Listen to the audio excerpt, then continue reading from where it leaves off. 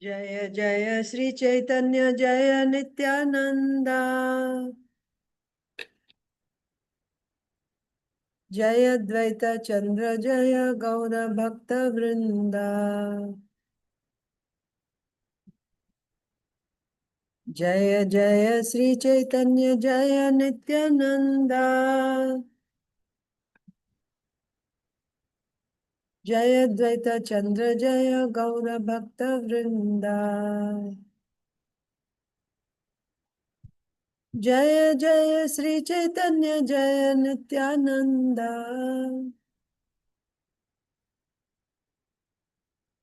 Jaya Dvaita Chandra Jaya Gaura Bhakta Vrinda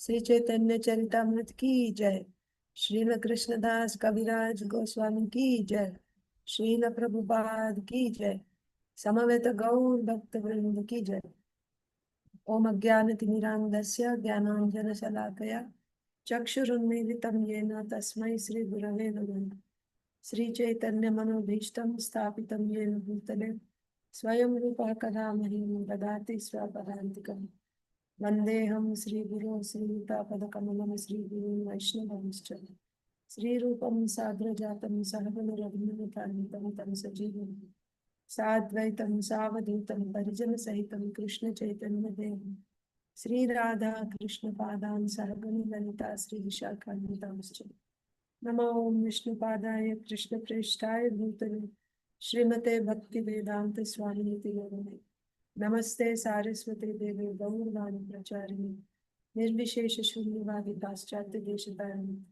Jai Sri Krishna Chaitanya Prabhu Nityananda Sri Advaita Gadadhar Sri Vasari Gaur Bhakta Vrinda Hare Krishna Krishna Krishna Hare Hare Hare Rama Rama Rama Hare Hare Hare Krishna. Dear devotees, I welcome you to today's Sri Caitanya Charitamrita reading session.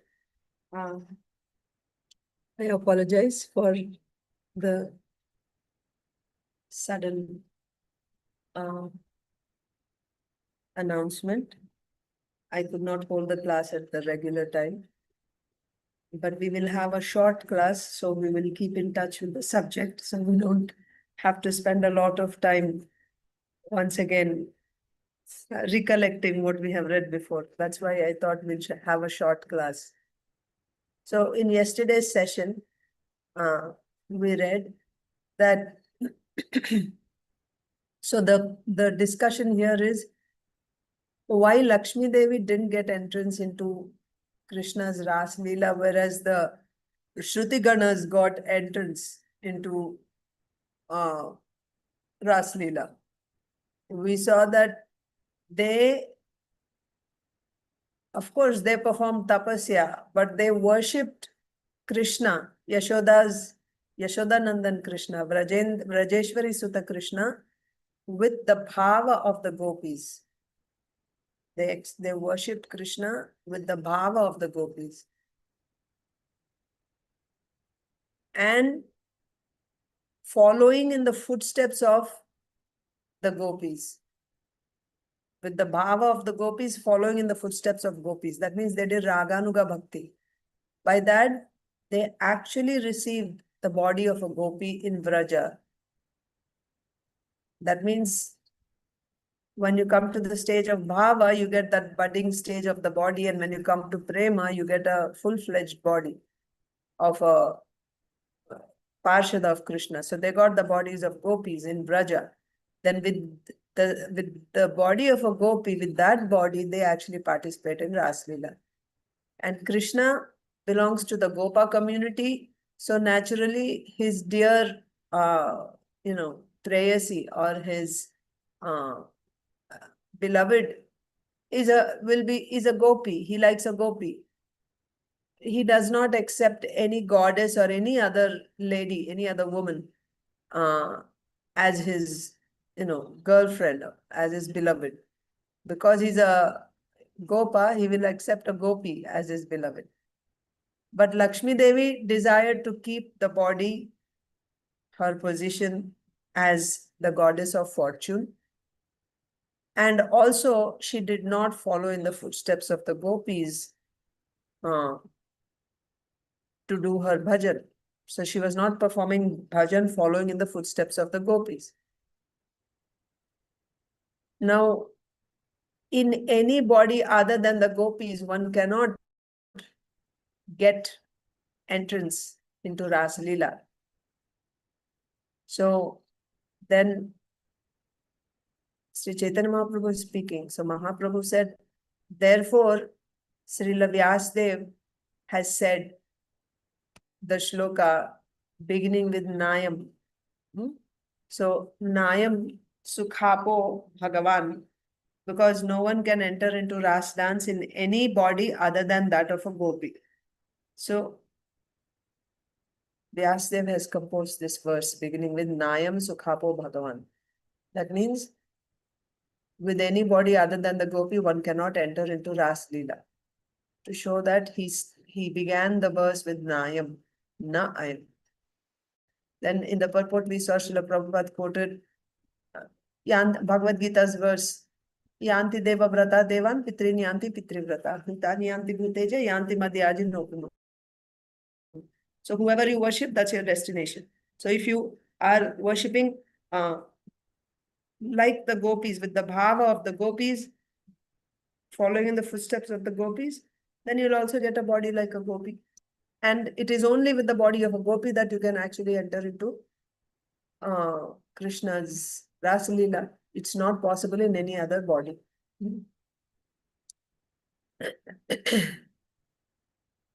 So what do we need to enter into Krishna's Leela? You have to get a spiritual body, a Brajvasi, and if you want to enter into the Ras Leela, you have to get the body of a gopi. How can you get that body? So Prabhupada quoted, Janma karma chame digyam evamyometi tatvata tyaktva deham punarjanma naiti mameti sojanam. So one who understands that Krishna, his birth, his activities, his body, they're all transcendental, even though he appears in a two-handed form. Only one who accepts Krishna, who understands tattvataha. That means you will actually, understanding tattvataha means you will experience Krishna. That means you will see Krishna, right? Directly perceiving Krishna. Such a person only can enter into pastimes with Krishna. So when will you experience Krishna like that?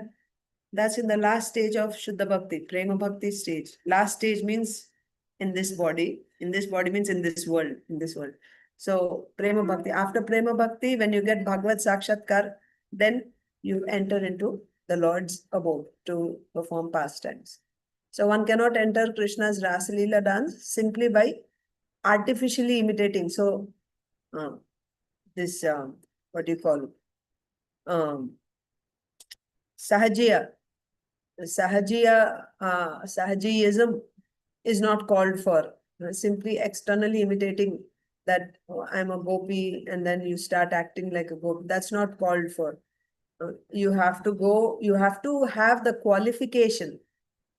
Even to do Raganuga Bhakti, in Raganuga Bhakti, they're also actually, they do it mentally. They don't disturb society externally. They will still be doing Vairi Sadhana Bhakti to set example to others. Within their mind, they will be performing Raganuga Bhakti. And that Raganuga Bhakti also, to do that, you need a qualification. What is the qualification? You need Ruchi. So you cannot enter into the pastime of Krishna, Rasa Leela pastime, artificially by material means. That's the instruction. Until and unless you get the body of a gopi, you cannot physically participate in Rasa Leela. That's the point. Then we will read one verse today, and then maybe we can end the session. Pūrve bhaṭṭera mane ekachilo abhimāna Śrī Nārāyaṇa hayena svayaṁ-bhagavān. So we may wonder why Śrī Caitanya Mahāprabhu even opened this whole discussion with Śrī Veṅkaṭa Bhaṭṭa. Mahaprabhu's mercy. Remember that great devotee of Lord Ramchandra, in South India who would constantly chant the names of Lord Ram, Ram, Ram, Ram, Ram, constantly throughout his, from childhood, throughout his life, he had been chanting the names of Lord Ram. But once, just once, when he saw Krishna, Śrī Caitanya Mahāprabhu, and he heard Krishna Nam from the lips of Śrī Caitanya Mahāprabhu, his lifelong practice was gone, and now he could not stop chanting Krishna Nam, Hare Krishna, Krishna Krishna, Hare Ram, Hare Ram. So he couldn't stop chanting the names of Krishna simply. So, and he himself admitted this is by the influence of Śrī Caitanya Mahāprabhu. So that is the power of coming in the association for powerful devotee. By their mercy, you get. So even if you are a devotee of other forms of the Supreme Lord, the highest means the ultimate form of the absolute truth is Yashoda Nandan Krishna, Brajendra Nandan Krishna, Krishna of Golok Vrindavan. That's the ultimate form. Radha Krishna is the ultimate form. And everyone else is an expansion. Everyone else means we discussed this before also. It's the same person, but manifesting a portion of his potencies, not complete, but the complete manifestation of all potencies, that is svayaṁ-bhagavān Sri Krishna. So even if you are a worshipper of any other form, if you get the mercy of a Vrajvasi, then you can upgrade. You can come to Vraja. But the only way to become a devotee of Rajendra Nandan Krishna is to receive the mercy of a Vrajvasi. There is no other way. There's no other way. Only when you receive the association and the mercy of a Vrajvasi, then you can become a devotee of Krishna. So if somebody is liberated already, he's a devotee, he's liberated in Vaikuntha or even in Dwaraka, still, if he gets the mercy of a Vrajvasi, yes, he can get promoted from there to Golok. It's possible. So now we see that Veṅkaṭa Bhaṭṭa, Śrī Veṅkaṭa Bhaṭṭa, he's a great devotee of Lakshmi Nārāyaṇa. We saw that before also. That's why Mahaprabhu said, your Lakshmi Devi, she is a chaste wife of Lord Narayan. My Lord Krishna, he's a Gopa, like that Chaitanya Mahaprabhu was speaking, because he's from Sri Vaishnava Sampradaya, Veṅkaṭa Bhaṭṭa. He was a worshipper of Lakshmi Narayan. So in this verse it is said, pūrve bhaṭṭera mane ek chilo abhimāna. So he had this abhimāna. Abhimāna means this, you can say, not exactly pride, but, you know, that my Lord, we will have that, isn't it? That my Lord is the best, the supreme, like that. Just to give you an understanding, what is abhimāna? You know, I am an Indian. I have this abhimāna that I am an Indian. I belong to this great country. Or I am an American.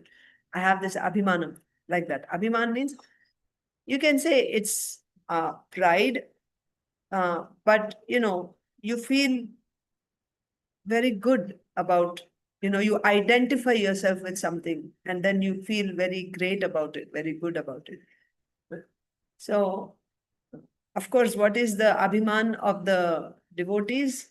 That we are servants, servant of the servant of the servant of the Supreme Lord. This is the abhimāna of the devotees. So, Veṅkaṭa Bhaṭṭa previously had this abhimāna. What is that abhimāna? Śrī Nārāyaṇa hayena svayaṁ-bhagavān. So, yes, in the Sri Vaishnava Sampradaya, they understand that Lord Narayan is the supreme, he is the original person, and everyone else is an incarnation of Lord Narayan. So even Krishna is accepted as an incarnation of Lord Narayan, as an expansion of Lord Narayan, but the original personality is Lord Narayan. This is the understanding of the, in the of the Sri Vaishnava devotees. Whatever little that I know, that I have not studied, I have not been educated in the Sri Vaishnava Sampradaya, so I don't know the details exactly. But one or two instances where I came across and I heard from them, they said that Lord Narayan is the supreme and Lord Krishna is an expansion. So just like in the 3rd chapter of the 1st canto, there is a list of all the expansions, beginning with Purushavatara. Purushavatara is Karanodakshaya Vishnu. Then from him expands Garbhodakashaya Vishnu. And from Garbhodakashaya Vishnu is called the seed of all other incarnations. So from him comes Kshirodakashaya Vishnu. And through Kshirodakashaya Vishnu, all the different avatars are coming. Various avatars, all types of avatars. Yuga avatars, Leela avatars, Manvantara avatars, Shaktiavesh avatars, all various avatars are coming through Kshirodakshaya Vishnu. So in that list, we also see Krishna, Balaram. But after giving the entire list, finally in text 28, it is said, Ete cha amsa kala pumsaha. All the avatars that I have mentioned so far, they are either amsha or kala of pumsa. Pumsa means Purushavatar. So amsha refers to the swamshas, direct expansion of the Supreme Lord. Kala refers to the, that means the potency of the Lord is less. Okay, so there's difference between avatar and kala. Avatar is the direct expansion of the Lord, and kala means a living entity who is empowered with the potency of the Lord, amsha and kala. Okay, so, and in that also, again, within kala, again, there is avatar and there is, what do you say, vibhuti. That means kala means a living entity who's empowered. So in that kala, the living entity who's empowered, again, there is 2 categories, avatar and vibhuti. That means avesha, not avatar, avesha. Avesha and vibhuti. Avesha means the shakti avesha, right? The potency, that is, the living entity is invested with the potency is more, the quantity is more, that's avesha. And if the potency is very small, then it's called vibhuti. And these potencies can be both material potencies and spiritual potencies. That's also possible. So here, let's say, material potency means for the conduction of this, to conduct this material world, some potency is given. Just like the demigods are called vibhutis. That means the demigods, they have some supernatural power compared to us on this earthly planet. The demigods have higher powers. That means they are invested with the potency of the Supreme Lord, material potency, right? They have that. However, it's very small compared to avesha. So examples of vibhutis will be whatever we see in the 10th chapter of Bhagavad Gita, right? Amongst elephants, I'm Airavata. So Airavata has additional potency compared to all other elephants, Airavata. That is the vibhuti. That potency is the Lord's potency, extra potency. That is called vibhuti, like that. So among all mountains, I am Sumeru. Among the immovable objects, I am the Himalayas. Among all Daityas, I am Prahlad. Like that, Krishna says. So these are all vibhutis. Now, what about Avesha? Avesha means the energy which is invested is more compared to vibhuti. So Narad Muni. Narad Muni is a living entity who is invested with what kind of potency? Bhakti potency. Bhakti potency is this material potency or transcendental potency. Similarly, the Kumaras, they are invested with Jnana potency. So they are also called Shaktavesha, like that. Ritu Maharaj, he is invested with Palana Shakti. Palana Shakti means the ruling power, like that. And also, so like this. So the point is, all these different avatars or kalas that are mentioned in the third chapter, they are all either etecha amsha kala, either amshas or kalas. That means either direct expansions of the Lord or,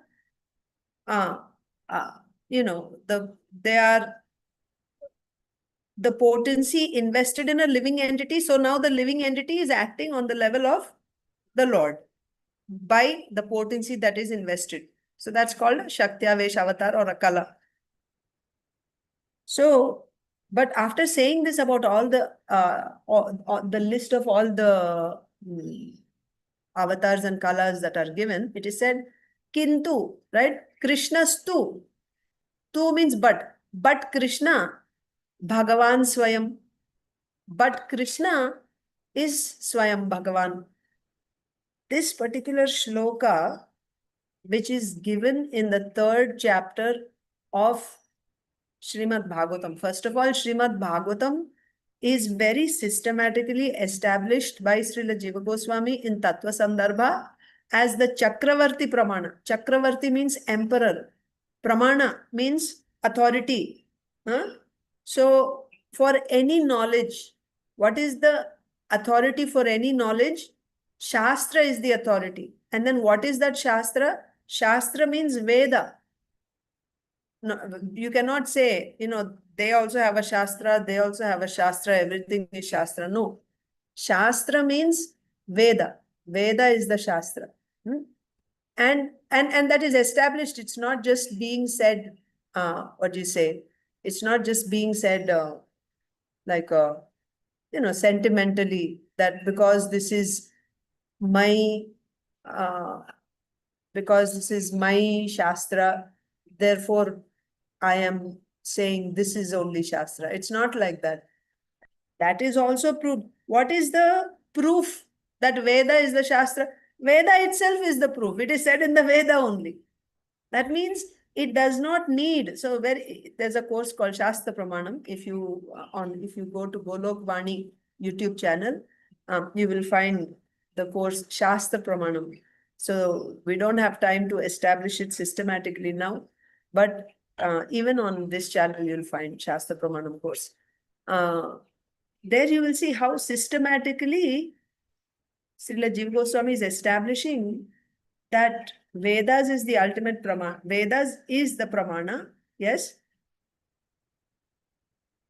We talk about different pramanas. There are 10 different pramanas, and then we boil them down to 3 pramanas: Pratyaksha Pramana, Anumana Pramana, Shabda Pramana. Of these 3, we say there are defects only Shabda Pramana, and in that Shabda Pramana also you can have defective and non-defective Shabda. We should only consider the non-defective Shabda. What are the criteria for a non-defective Shabda? Then who fits into this, which Shastra will satisfy all the criteria of non-defective Shabda? There, if you take all other, scriptures in the world, they will all fall away because those criteria won't be satisfied. And then if you take Vedas, the Vedas will completely satisfy all the criteria of non-defective Shabda. Therefore, Veda is the pramana. That non-defective Shabda pramanam is Veda. However, now all the Vedas are not available, and also they are not accessible to everyone. This pramana has to be universal. It should be available to everyone. Then again, from Veda, we go further, higher and higher, that the Vedas are divided by Vyasdev into, first the 4 Vedas, Rig Veda, Sam Veda, Yajur Veda, Atharva Veda. And also from the same Vedas, he has separated the Puranas, Itihasas. So therefore, Puranas, Itihasas also have Vedatvam in them. It is not that they are, you know, composed by some person. No, they are also Apaurushaya. Apaurushaya means they are not written by anybody. They are not composed by anyone. So then within Itihasas and Puranas, which one should we select? All this again based on Shastra, on what criteria? Then Puranas and Vedas are not available. And what are Puranas? Puranas are nothing but the explanation of the Vedas. And the Puranas are completely available now to us.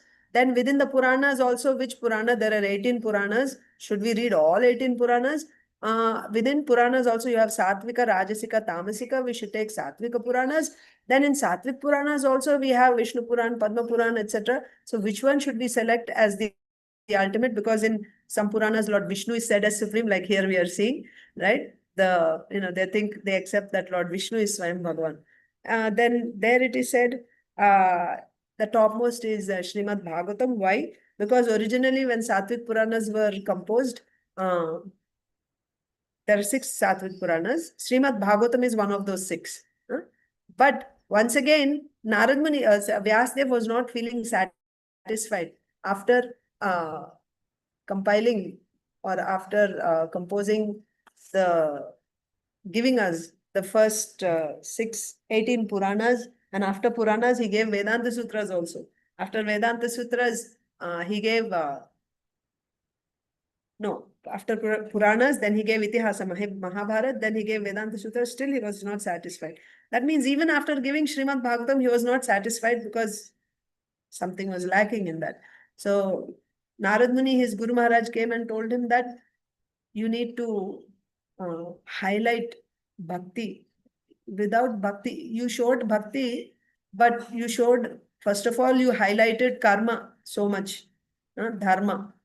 So even though you said once or twice, Sarva Dharman Parityaja, people didn't take that seriously. Because you repeated dharma again and again, they thought, oh, because anything which is repeated again and again is accepted as the conclusion of that literature. You stressed so much on dharma, dharma, dharma, people accepted that as the recommendation, the prescription given by Vyasadeva. So happily, they are fixed in doing their particular dharma as Brahman, Kshatriya, Vaishya, Shudra. By that they will earn artha. With that artha, they will do kama, sense gratification, and they're just happy with that. Because Vyasadeva, the great authority, has told us. So this is not right what you have done.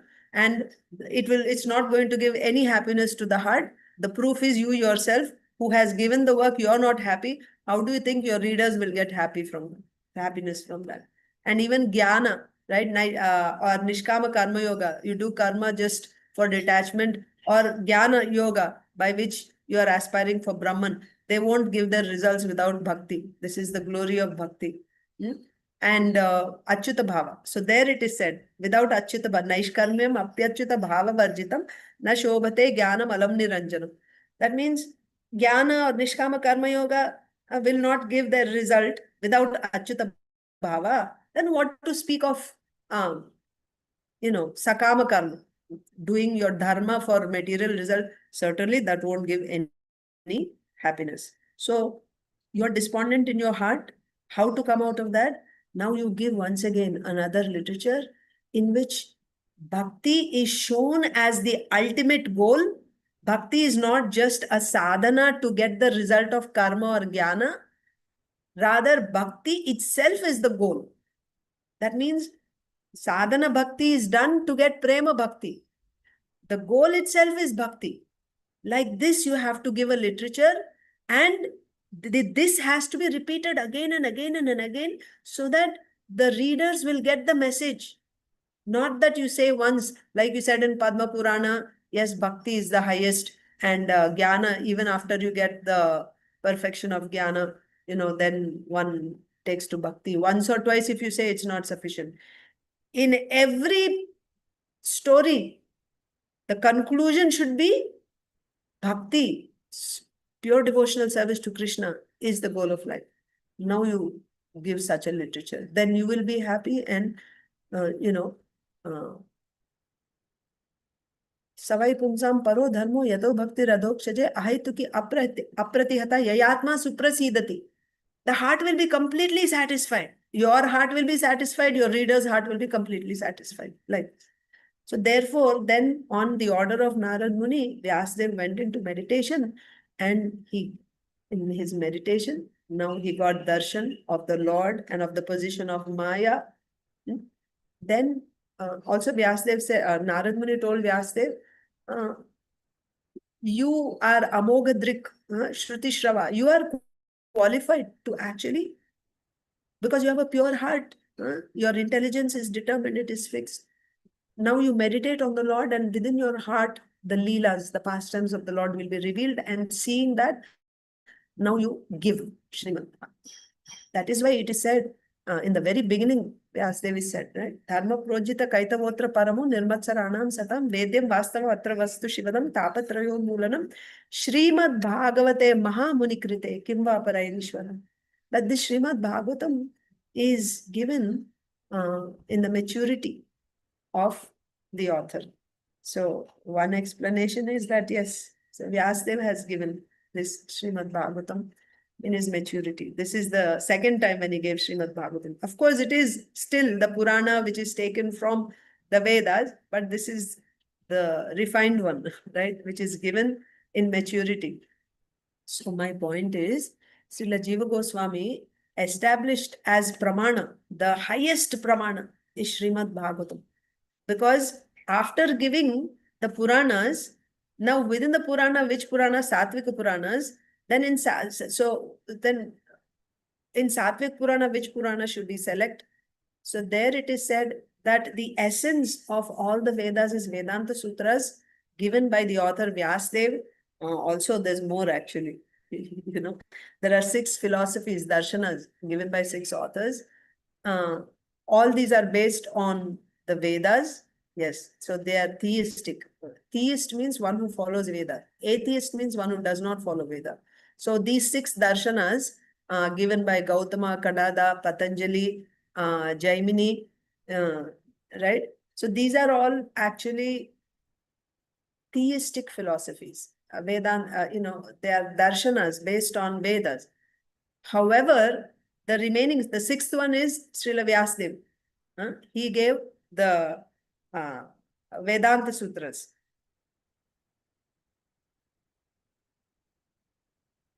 The remaining 5 are based on Vedas, but from the Vedas, it's their own, they derive their essence. What is the essence of Vedas? What is the highest goal of life? Right? They give their own particular philosophy from the Vedas, but they give, they see this as, for example, pūrve mīmāmsa, right? There, Jaimini says that work is worship. This is the goal of the Vedas, right? You just work, do your karma. This is the goal of life, like that. Someone else says, atyantika dukkha nivritti, right? So the purpose of life is you should avoid all miseries, somehow or other. Atyantika dukkha nivritti. And atyantika sukha prapti, like this. So they derive some goal of life from the Vedas. So in all these 6, who is the topmost? Sri Vyasadeva is the topmost, who gave the Vedanta Sutras. So all are based on Vedas, but Vyasadeva is the topmost. Why? Because he completely, thoroughly defeats all the other philosophies in his Vedanta Sutras and establishes this Vedanta Sutras. So within Vedanta Sutras, he establishes that, what do you say? Paratattvam, right? Achieving Paratattvam is the highest goal of life. So Paratattvam now again can be realized as Nirguna and Saguna. So then you can see achieving Paratattvam as Brahma Prapti or Bhagavad Prapti. It can be done either way. So then of the 2, which is the highest? So that is the further discussion. But in Vedanta Sutras, achieving, that means Athato Brahma Jigyasa. Now you have to actually inquire about the absolute truth. Not that, work is worship or all these other things. He completely defeats the other philosophies and establishes that inquiring into the absolute truth, attaining the absolute truth is the ultimate goal of life. He establishes this. So who is the best of the six philosophies? Vyasadeva is the best. So therefore, his work is the highest. What is his work? Vedanta Sutras. But then Vedanta Sutras, we cannot understand because they're given in the form of small, sutra. Sutra means there's so much, like you have to decode it, right? In few words, so much is said, but all that meaning is there inside that's such a small phrase. For example, Athato Brahma Jigyasa, that's all. Now, what does that mean? Inside that, someone has to explain. Now, who has that qualification? Everybody doesn't know. If you simply read the Vedanta Sutra, you'll understand. Somebody has to give a commentary on that. So yes, many acharyas have given commentaries, but then the commentaries are also, now they again, like Sri Shankaracharya has given Shariraka Bhashya. So he is establishing impersonalism through Vedanta Sutra. Like this, others have also given, even Vaishnava Acharyas have given their commentaries. So which commentary should we accept? Which one is right? So therefore, Vyasadeva, the author of Vedanta Sutra, himself has given a commentary on Vedanta Sutra called the Srimad Bhagavatam. Therefore, Srimad Bhagavatam is the topmost ultimate authority. So this is the course in Shastra Pramanam, how Srimad Bhagavatam is established as the ultimate pramana for all types of knowledge.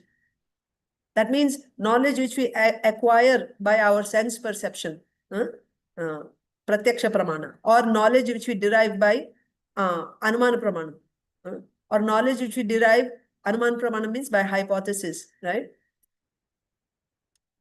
Or knowledge which you derive by hearing. So like this, different ways. There are only 10 ways in which you can derive knowledge and these 10 ways can be boiled down to 3: Pratyaksha, Anumana, and Shabda. So like how I explained, in Shabda also there can be defective, non-defective. And then systematically he establishes, ultimately there is Srimad Bhagavatam, there is nothing beyond that. So this Srimad Bhagavatam, which is the Chakravarti Pramana, within the Srimad Bhagavatam, in the very beginning, so this is also a rule in books, when books are written in the scriptures, or in books also, literature, when it is written, in the very beginning chapters, you will find a chapter like the table of contents, which gives a list of all the things that are going to be covered in that book. If you read even Śrī Caitanya Charitamrita, Chaitanya Bhagavat, you will see at the beginning, the author will give, like that chapter is actually, this is like actually his composition. He's actually in the same format as the whole book. He's giving, that chapter is dedicated to giving you an overview or a list of the various pastimes that he's going to cover in the book. And then he goes into the details. So similarly, in Srimad Bhagavatam, this third chapter of the first canto is giving you the list of all the topics. Excuse me, I'll be right back.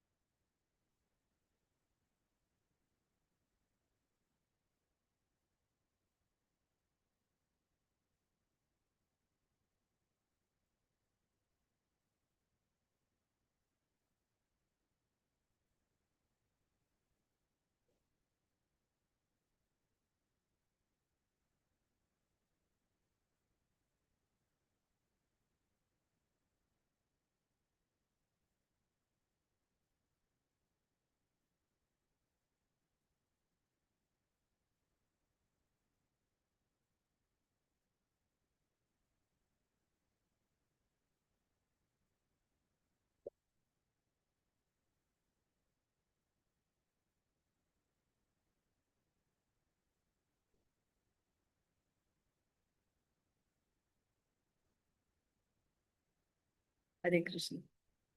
So,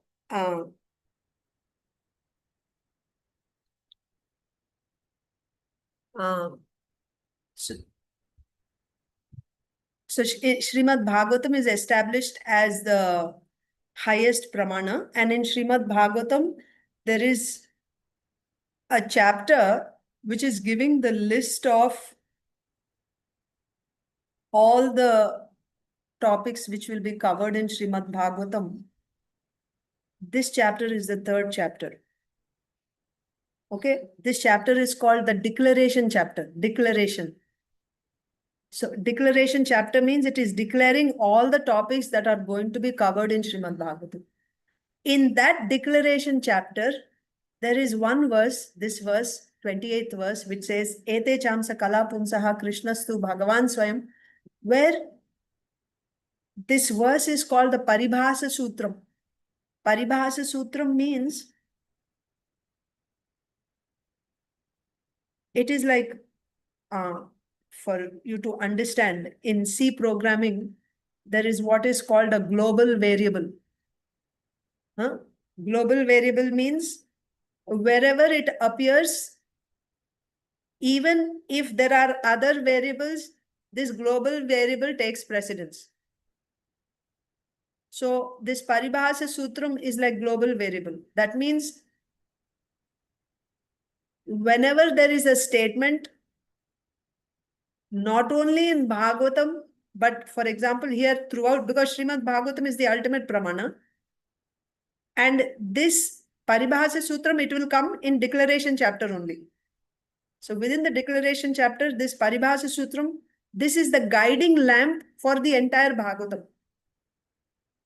This is the guiding lamp for the entire Bhagavatam.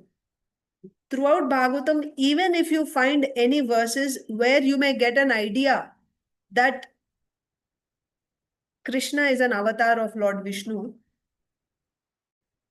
you should always look to the Paribhasa Sutram. The Paribhasa Sutram is saying, no, Krishna is svayaṁ-bhagavān. Krishna is svayaṁ-bhagavān, whereas all others, all the avatars mentioned, they are all either kala or amsha kala of pumsaha. Pumsa means coming through Garbhodakshay Vishnu. But Krishna is not an expansion. Krishna is svayaṁ-bhagavān. Krishnastu bhagavan swayam. This is established.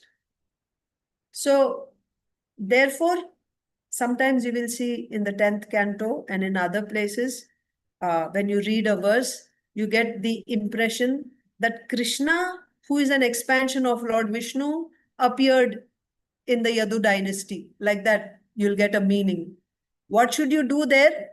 Because there is a Paribhasa Sutram, you have to take Gauna Artha. Gauna Artha means secondary meaning. You should not take the direct meaning as it is given. Because if you take the direct meaning, it is going against the Paribhasa Sutram.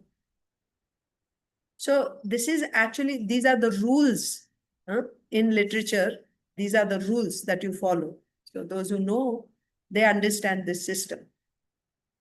So therefore, because of this Paribhasa Sutram, Krishna is only svayaṁ-bhagavān, and this is established in Srimad Bhagavatam, which is the Chakravarti Pramanam, and in that also in the declaration chapter, this Paribhasa Sutram is said that Krishnastu Bhagavan Swayam, he is the supreme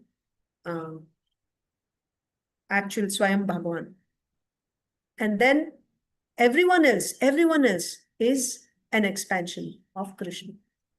Beginning with Lord Balaram, everybody is an expansion. Krishnastu Bhagavan Swayam. So this is nicely established by Srila Jiva Goswami in Tattva Sandarbha. But now let's just read this verse and I will conclude here. This verse is saying, pūrve bhaṭṭera mone eka chilo abhimāna. Previously, Veṅkaṭa Bhaṭṭa had this abhimāna.